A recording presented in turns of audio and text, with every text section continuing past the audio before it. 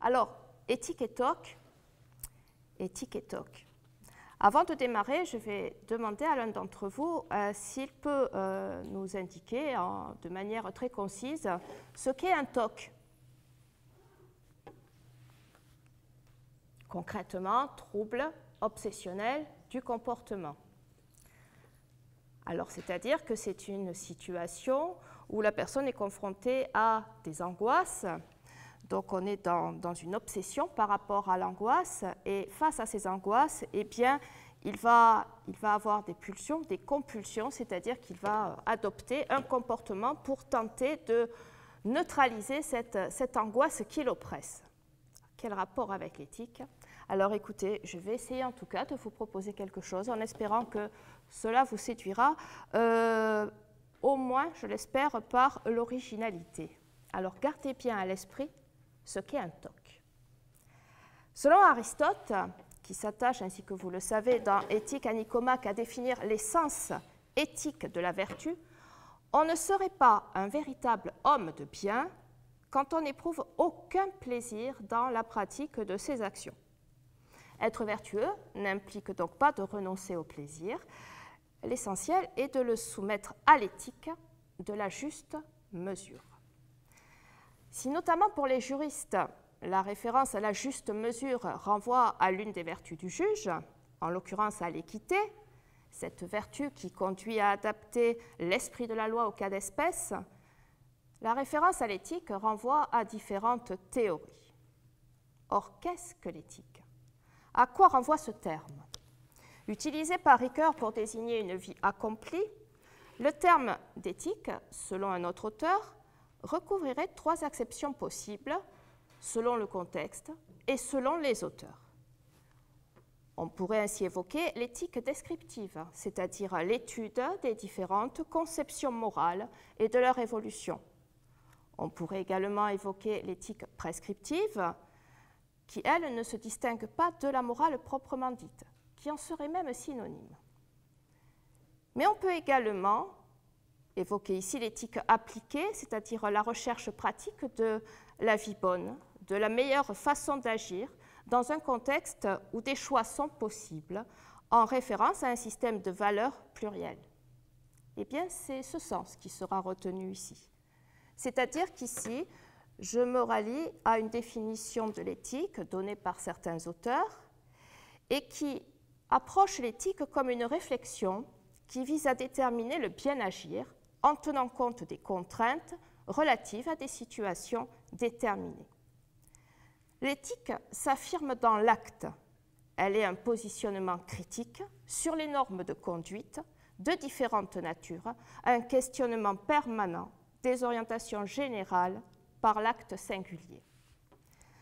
Or, si cette démarche réflexive sur les valeurs qui orientent et motivent nos actions est loin de représenter un nouveau domaine d'expertise généralisable, force est de constater qu'elle ne cesse de gagner du terrain.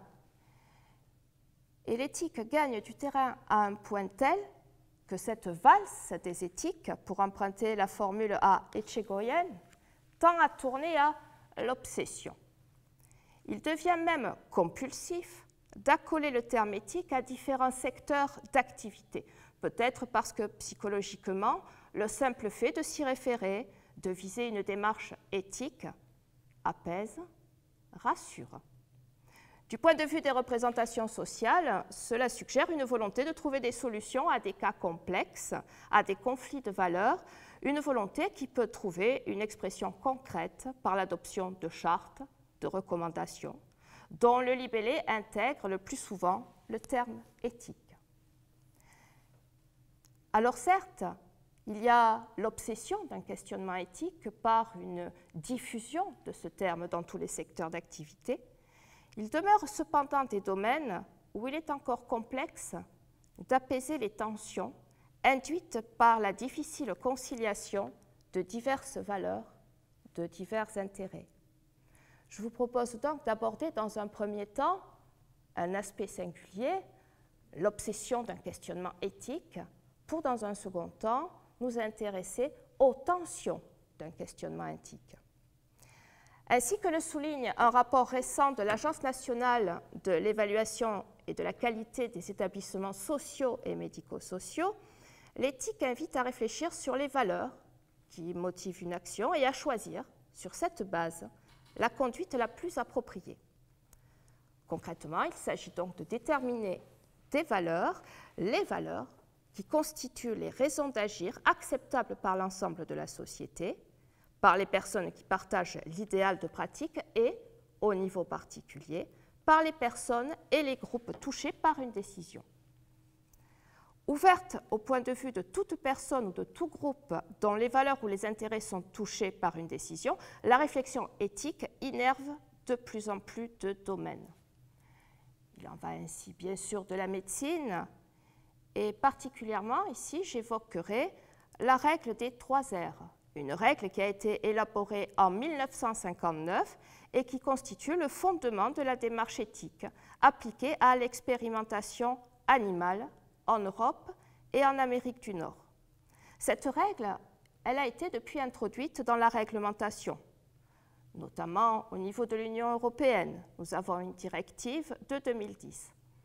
En France également, et ce récemment, un décret de 2013 peut être cité, de même que divers arrêtés du 1er février de la même année. D'ailleurs, l'article 4 de l'un de ces arrêtés, en l'occurrence celui relatif à l'évaluation éthique et à l'autorisation de projets impliquant l'utilisation d'animaux dans des procédures expérimentales, précise même l'objectif de la démarche éthique mise en place. Il s'agit de s'assurer que le projet est justifié d'un point de vue scientifique, éducatif ou encore qu'il est requis par la loi. Il s'agit également de vérifier que les objectifs du projet justifient l'utilisation d'animaux et qu'il est conçu pour permettre le déroulement de procédures expérimentales dans les conditions les plus respectueuses qui soient de l'animal et de l'environnement. Ainsi que vous venez de l'observer, la démarche éthique que je viens d'évoquer vise une amélioration continue de pratiques professionnelles, mais centrée sur les animaux. En règle générale, une telle démarche collective est centrée sur l'individu, sur la personne. Mais peu importe, dans un cas comme dans l'autre, la démarche éthique participe à une démarche qualité. D'ailleurs, il en va ainsi, par exemple, de l'éthique du journalisme. Selon la charte de l'éthique professionnelle des journalistes, un journaliste, je cite, digne de ce nom, doit notamment prendre la responsabilité de toutes ses productions professionnelles, même anonymes. Il doit respecter la dignité des personnes et la présomption d'innocence. Bien sûr, vous le savez, il ne doit pas en outre user de la liberté de la presse dans une intention intéressée. Il doit garder le secret professionnel et protéger ses sources. Et il ne doit pas confondre son rôle avec celui du policier ou du juge. Une résolution adoptée dans le cadre du Conseil de l'Europe en 1993, intitulée « L'éthique du journalisme », fait d'ailleurs référence à l'éthique et à l'autocontrôle du journaliste, de même qu'à la fonction du journaliste et de son activité éthique. Il est donc ici question, et je fais référence ici à Weber, à une éthique de la responsabilité. S'agissant justement de l'autocontrôle, le sportif doit également et idéalement bannir certains comportements. Le Code d'éthique sportif, adopté dans le cadre du Conseil de l'Europe en 1992 et révisé en 2001, encourage la pratique du sport de façon saine, l'intéressé à l'obligation morale de respecter les règles conformément au fair play. Cet instrument de référence mondial encourage également une éthique sportive à l'échelle institutionnelle. Toute discrimination fondée sur des critères autres que la performance doit être exclue. Les règles doivent faire l'objet d'une application uniforme et les décisions arbitraires ne doivent pas avoir cours. Vous l'avez compris, nous ne pouvons pas ici être exhaustifs. L'éthique, eh bien, elle est partout. Qu'il s'agisse de stocker des déchets nucléaires, de reconnaître des cultes, de déterminer les critères de promotion au sein d'une entreprise, de mener la mission éducative, d'endiguer le risque de maltraitance, notamment dans le secteur médico-social. Il n'y a pas de question économique ou sociale de quelque importance qui puisse se dispenser d'une réflexion éthique explicite. D'ailleurs, récemment, en février dernier, France Culture a consacré une émission à l'éthique dans le cadre du monde numérique. Il est cependant des questions, des domaines spécifiques où la réflexion éthique n'épuise malheureusement pas toutes les tensions. Un auteur observe qu'une approche éthique, et singulièrement d'éthique clinique, est d'autant plus indispensable dans le traitement des pathologies mentales que le soignant est confronté fréquemment à une personne dont l'humanité même semble révocable parce qu'elle est incertaine et que cette situation exige l'émergence d'une éthique de la fragilité. Or, s'agissant notamment du régime de l'admission en soins sans consentement, et là je fais référence au régime institué tant par le Code de la santé publique qu'au niveau du Code de procédure pénale, si le cadre juridique en la matière ne semble pas soulever de difficultés sur le plan de l'éthique médicale et sur le plan du droit, dans la pratique, le procédé est au cœur d'interrogations éthiques et juridiques. Elle touche au consentement de la personne, à la liberté individuelle et dans certaines situations aux intérêts divergents du malade, de son entourage. La santé mentale, vous le savez, a toujours été envisagée en connexion avec la sécurité publique. Il n'est donc pas surprenant que le politique, plutôt que de s'en remettre à la providence, se soit emparé de la question, pour ne pas dire se soit saisi de la question de l'insane, cet autre auquel il faut porter secours, pour emprunter ici au discours du ministre de l'Intérieur à l'époque où fut adoptée la loi Esquirol. De prime abord philanthropique, le traitement juridique qui a été mis en place par ce texte de 1838 visait à préserver la société des désordres que ces malheureux pouvaient créer. La potentialité d'un acte violent suffisait, fût-elle fondée sur la seule notoriété publique. Autrement dit, le qu'en dira-t-on? Puis encore, à défaut d'un risque de comportement violent, le fait que l'état de santé mentale d'un individu puisse compromettre la morale publique suffisait tout autant à légitimer son enfermement. Alors certes, depuis les choses ont évolué, l'État a d'ailleurs changé de visage. Initialement paternaliste, il est devenu un État thérapeutique. Un changement d'ailleurs corrélé à une mutation de conception de la santé mentale. Et pour autant, ce changement, qui se mesure à l'aune du dispositif juridique, ne facilite pas la tâche des professionnels de santé. Aussi louable que puisse être la finalité d'un placement d'office, l'absence de consentement qui le caractérise persiste à susciter des questionnements éthiques, et ce, tant du point de vue du droit que du point de vue de la psychiatrie. Le droit, comme toute discipline, a des fondements éthiques. Il ne peut d'ailleurs exister sans de tels fondements. Or, parmi les considérations éthiques auxquelles puise la science juridique, certaines diffèrent de celles qui irriguent la science médicale, plutôt la médecine. Le consentement du patient aux soins en est une de ces considérations médicales. S'il est acquis qu'il s'agit d'un droit fondamental, il l'est tout autant qu'il ne s'agit pas d'un droit intangible.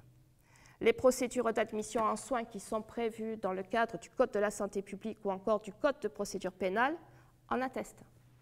Or, du point de vue médical, le consentement du patient est l'une des clés de la relation de confiance qui doit présider entre soignant et soigné. Ainsi, la situation d'un patient admis en soins sans y avoir consenti renvoie inexorablement à une dialectique spécifique. Juridiquement, l'intéressé fait l'objet d'une mesure de contrainte thérapeutique, laquelle contrainte s'avère être physique, alors que ce qui est recherché par le corps médical, c'est l'alliance thérapeutique. Aussi, il y a là un hiatus, un conflit d'intérêts finaliste. Le droit de consentir à des soins a pour corollaire le droit de pouvoir refuser, un droit qui a d'ailleurs été renforcé par l'article 3 de la loi Leonetti. Un droit qu'exercent d'ailleurs certains individus au regard de leurs croyances, non sans entrer pour le coup en conflit avec l'éthique médicale dès lors qu'il y va de la sauvegarde de la vie de l'individu. S'agissant du régime de l'admission en soins sans consentement, eh bien, la spécificité de ce régime, comme la décision de pérenniser le placement de l'individu, c'est justement de tenir en échec l'effectivité de ce droit de refuser à des soins. Cela traduit une ingérence dans la liberté de choix de son destinataire. L'intéressé peut refuser, résister, il sera privé de liberté au sens de l'article 5 de la Convention européenne des droits de l'homme. Il va être placé dans un espace restreint pendant un certain temps, et parfois un temps certain, sans y avoir consenti, étant convenu bien sûr que cet espace doit être approprié, adapté. Ce qui est important juridiquement ici, c'est que la mesure d'admission ne soit pas arbitraire. Elle doit être adaptée, nécessaire et proportionnée à l'état mental de l'individu et à la mise en œuvre du traitement que requiert son état de santé. Et ce qui importe également, c'est qu'en toutes circonstances, la dignité de la personne soit respectée. Sa réinsertion doit être recherchée, de même que son avis sur les modalités de soins, lequel doit être pris en considération dans toute la mesure du possible, ainsi que le précise le 8e rapport du Comité européen pour la prévention de la torture et les peines et traitements inhumains et dégradants. Une pratique clinique en psychiatrie qui se veut éthique vis-à-vis d'un patient non volontaire et conforme aux diverses recommandations du Conseil de l'Europe doit rechercher son consentement aux soins dès que cela est possible, car cela optimise la démarche thérapeutique. Si cette précision a été insérée dans une disposition du Code de la santé publique à l'issue de l'entrée en vigueur de la loi du 27 septembre 2013, la question de l'absence de consentement demeure une problématique, une source de tension. Aucun acte médical ni aucun traitement ne peut être pratiqué, et c'est ce que nous rappelle la loi Kouchner, sans le consentement libre et éclairé de la personne, sachant que ce consentement peut être réitéré à tout moment. Il est alors aisé de mesurer la responsabilité morale et sociale qui pèse sur les professionnels de santé lorsqu'il s'agit de soigner au risque de priver de liberté, voire d'une intimité. À une éthique de la responsabilité se greffe ici, je reprends encore Weber, une éthique de la conviction. La référence à l'ordre public soulève également des questions éthiques en termes de juste mesure. Le régime de l'admission en soins sans consentement mêle considérations sécuritaires au sens de l'ordre public et considérations sanitaires, prodiguer des soins, faisant ainsi craindre à certains que les premières ne l'emportent sur les secondes. Certes, un dévoiement de l'usage de ce type de mesures coercitives n'est pas à exclure. Il a pu se vérifier, dans un sens comme dans l'autre d'ailleurs.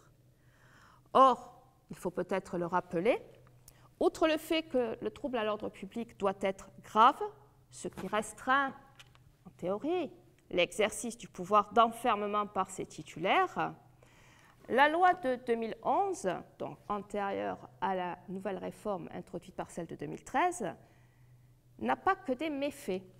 Elle a instauré un cas de figure susceptible justement de prévenir certains dévoiements.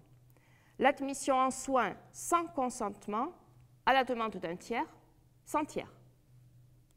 Afin de ne pas en laisser perturber d'autres, cette loi de 2011, alors je précise qu'elle n'emporte pas que des méfaits parce qu'elle a été largement critiquée par la doctrine, cette loi de 2011 a aussi, on pourrait dire enfin, judiciarisé le contrôle de toute décision de prolongation. Dans un délai que la loi de septembre 2013 a réduit à 12 jours, le JLD, le juge des libertés et de la détention, doit être informé de la mesure de placement et se prononcer sur le maintien en hospitalisation complète. Il lui revient donc là encore enfin, en lieu et place du préfet du département, d'apprécier le caractère adapté, nécessaire et proportionné du maintien en soins sans consentement. Il peut même se saisir d'office de cette question, voire être saisi à n'importe quel moment par l'intéressé ou un tiers ayant qualité à agir. Il n'en demeure pas moins qu'à l'instar de l'irresponsable pénal pour cause de troubles mentaux, le psychiatre est ici pris dans un étau. Il peut être taxé de laxisme vis-à-vis de comportements dangereux et il peut tout autant être perçu comme un agent liberticide. Confronté à un sujet particulièrement vulnérable du fait de l'altération de sa capacité de discernement, d'expression, de jugement, l'éthique clinique contraint le professionnel à une attention accrue à l'endroit de ce type de patient afin, idéalement, de cheminer avec lui vers sa désaliénation.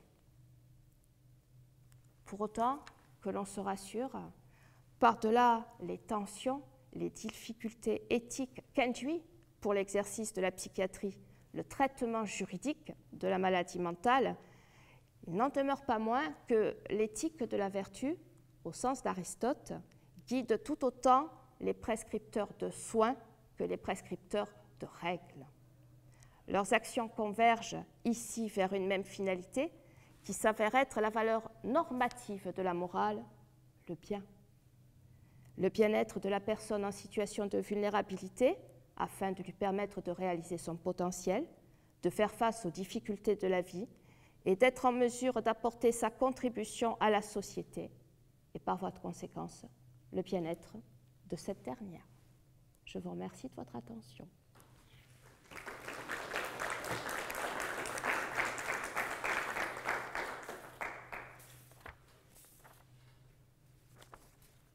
Et je me tiens à votre disposition pour d'éventuelles questions.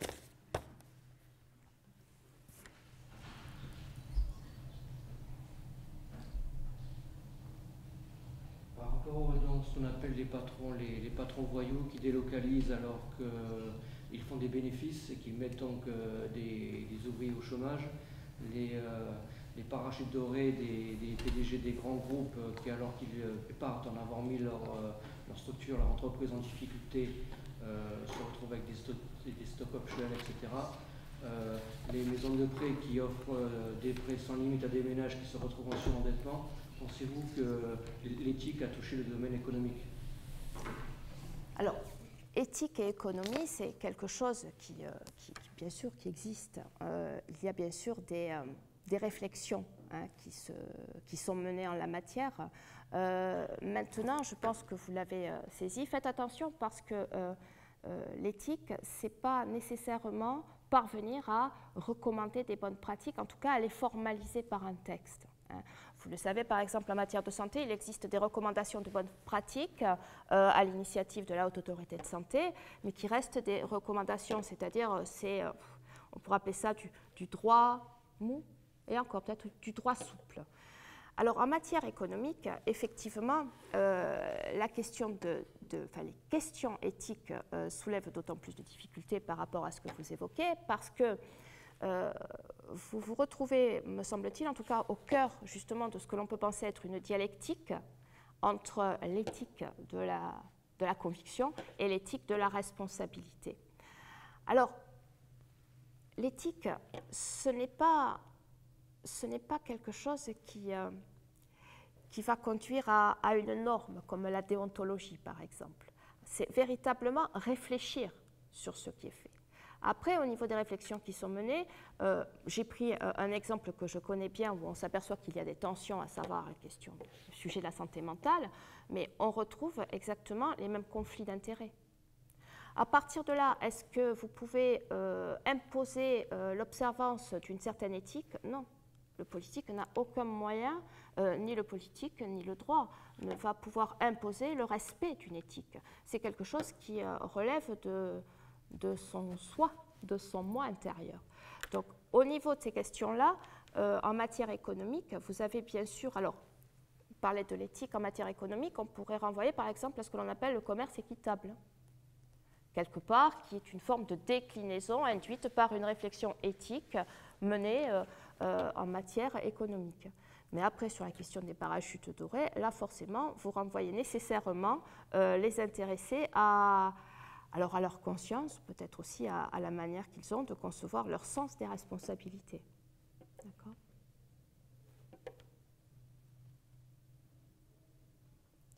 Alors, peut-être une précision, parce que j'ai évoqué tout à l'heure la question, enfin, en tout cas, un sujet qui a fait l'objet d'une émission sur France Culture, donc en février 2014, concernant l'éthique et le numérique.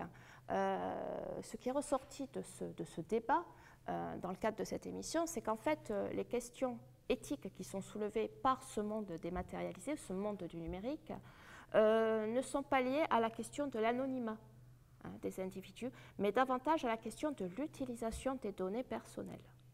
Donc, je voulais juste préciser cet aspect parce que je ne voulais pas indiquer. Et l'utilisation de ces données, justement, soulève des questions éthiques. Je n'ai pas évoqué non plus la question de la bioéthique.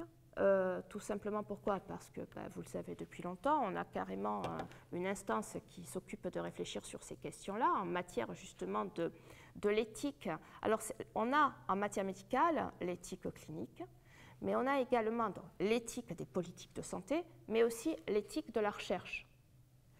Et là, véritablement, en matière de bioéthique, on se situe au confluent de questionnements qui sont liés à une éthique de la recherche. C'est-à-dire, on assiste à de telles évolutions au niveau des progrès technologiques, comment on va les utiliser? Quel sens on veut donner à cette société que l'on construit? Et ce sont véritablement à partir de ces questions-là qu'on voit se développer un tas d'approches en matière éthique sur la bioéthique.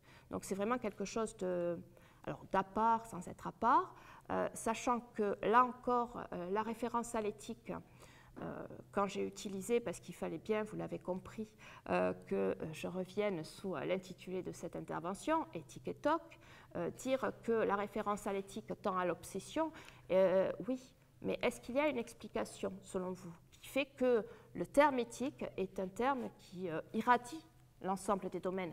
Alors ça ne veut pas dire que pour autant, dans le concret, on atteigne toujours l'optimum escompté.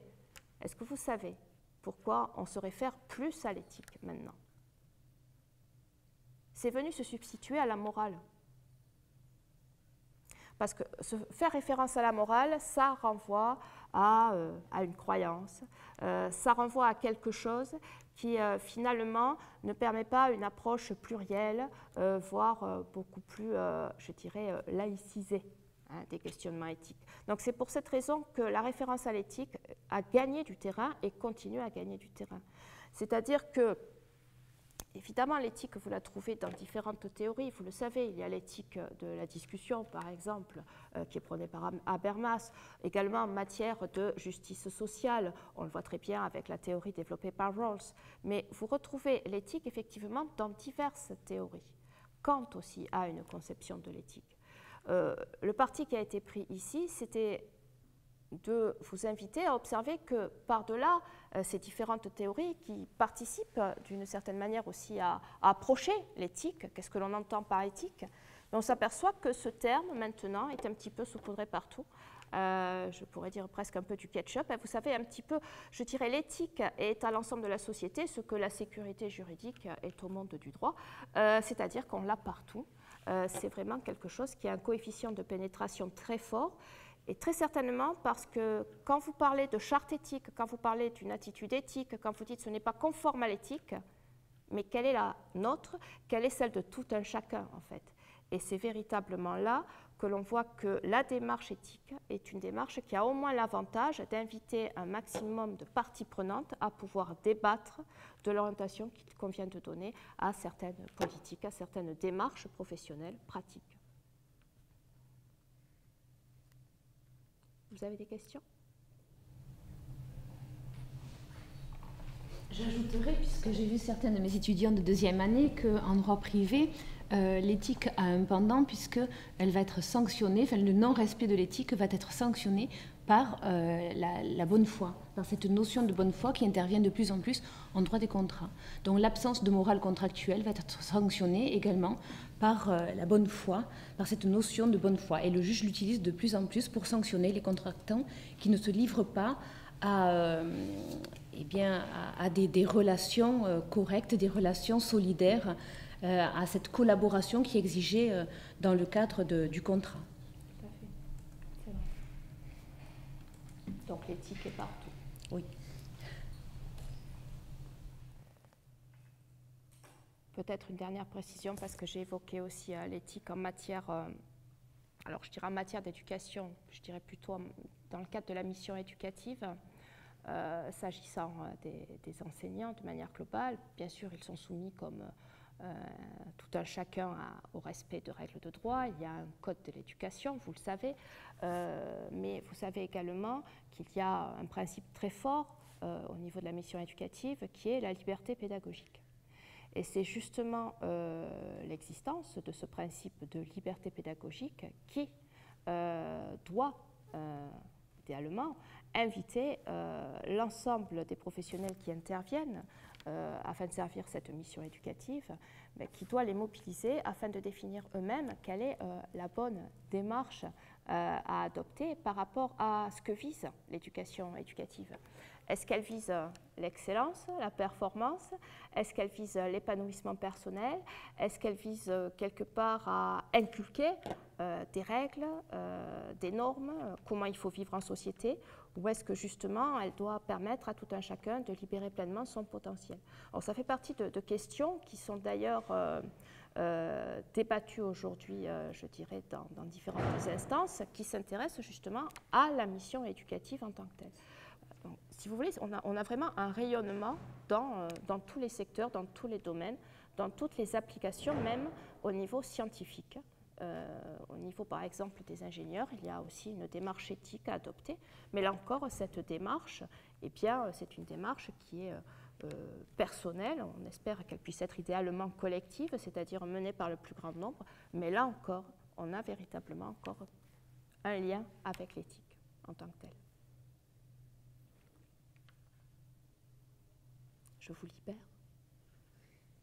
En tout cas, je vous remercie pour votre attention. Je vous souhaite un bon après-midi et une bonne semaine.